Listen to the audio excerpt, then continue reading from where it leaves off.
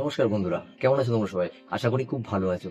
আজকে আমি কথা বলবো অঞ্জন দত্ত পরিচালিত চালচিত্র এখন এই মুভিটার ব্যাপারে। তো চলো শুরু করা যাক। অঞ্জন দত্ত পরিচালিত চালচিত্র এখন এই মুভিটা দেখার আগে যারা যারা এখনো অরিজিনাল চালচিত্র, যেটা মৃণাল সেন স্যারের পরিচালনায় হয়েছিল বহু বছর আগে, তো সেইটা যারা এখনো দেখোনি তারা একবার দেখো। যারা দেখেছো তারা তো জানোই মুভিটার মধ্যে কি আছে, এবং যারা দেখোনি তারা একবার দেখো, না হলে এই মুভিটার গুরুত্বটা তোমরা একদমই বুঝতে পারবে না। তো এই মুভিটা বেসিক্যালি অরিজিনাল চালচিত্রকে দেখানো হয়েছে, এবং সেখানে মৃণাল সেন স্যার কিভাবে ডিরেকশন দিয়েছেন এবং কিভাবে অঞ্জন দত্তকে তিনি তার সিনেমায় লিড রোল দেন, এবং তার সেই পছন্দের অভিনেতাকে নিয়ে তিনি কিভাবে কাজ করেন সেইটা দেখানো হয়েছে। এবং of the screen Mrinal Sen sir কেমন, সেই জিনিসটা কিন্তু এখানে দেখানো হয়েছে। খুব অত্যাধিক গুরুত্বপূর্ণ এখানে মিউজিক খুব সুন্দরভাবে দেখানো হয়েছে। তো পুরোটাই তোমাদেরকে বিস্তারিতভাবে বলবো, এক এক করে তোমাদেরকে বলবো কোন পোর্শনগুলো খুব ভালো হয়েছে এখানে। এবং এখানে আমরা যে পুরনো অঞ্জন দত্ত স্যারকে দেখতে পাচ্ছি সেটাও কিন্তু একটা আছে। এই মুভিটার কিছু কিছু পার্ট খুব ভালো লেগেছে।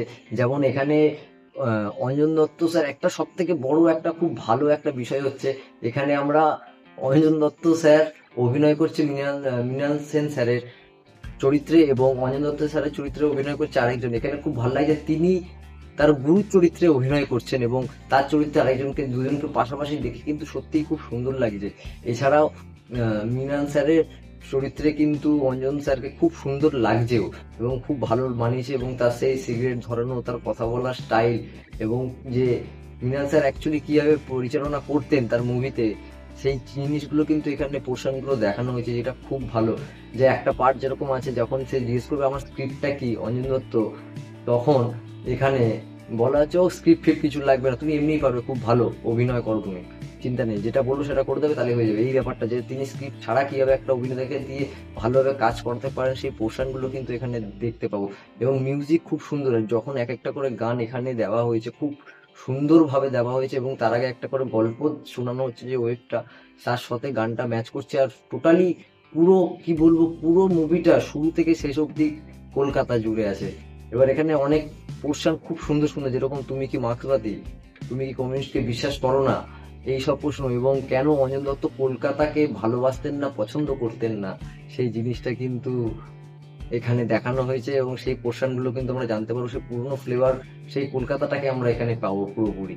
এছাড়াও এখানে এক একটা পার্টে, যেরকম এখানে মিনা স্যারকে দেখানো হয়েছে যে তিনি যখন জিজ্ঞেস করছে অঞ্জন দত্তকে তুমি কি কলকাতাকে ঘৃণা করো কেন, একদিন তুমিও ভালোবাসতে পারবে। তো এই পোর্শনগুলো খুব সুন্দর, খুব সুন্দরভাবে দেখানো হয়েছে। এবং সত্যি এখানে অঞ্জন দত্তর চরিত্রে কিন্তু খুব সুন্দরভাবে অভিনয় করা হয়েছে, কাস্টিংগুলো খুব সুন্দরভাবে। এবং কি বলবো তোমাদেরকে, এখানে কাস্টিংগুলো এত সুন্দর মানিয়েছে, যেরকম সেই সময় চালচিত্রতে অঞ্জন দত্ত যেরকম রোগা ছিলেন, সেই এরকম ভাবে এখানে একজনকে কাস্টিং করা হয়েছে, এবং তাকেও কিন্তু সেরকমই দেখাচ্ছে, মানাচ্ছে, যেটা খুব ভালো।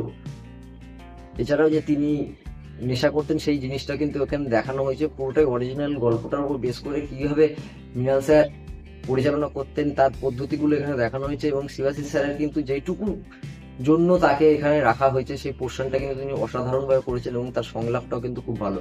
পুরো মুভিটার রাইটিং খুব সুন্দরভাবে করা হয়েছে, সংলাপগুলো সত্যিই খুব ভালো, খুব দুর্দান্ত। তো এখানে সবাই বিভিন্ন নিউজ চ্যানেল থেকে শুরু করে বুক মাই শো সবাই রিকমেন্ড করছে, এবং প্রত্যেকটা ব্যক্তি যারা দেখেছে তারা সবাই রিকমেন্ড করছে যে এই মুভিটা একবার সবার দেখা দরকার।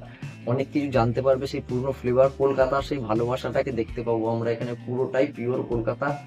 এবং লেজেন্ডারি পরিচালক মৃণাল স্যারকে ট্রিবিউট করা যেহেতু হয়েছে, জিনিসটা খুব সুন্দর, একবার দেখা তোমাদের সকলের উচিত।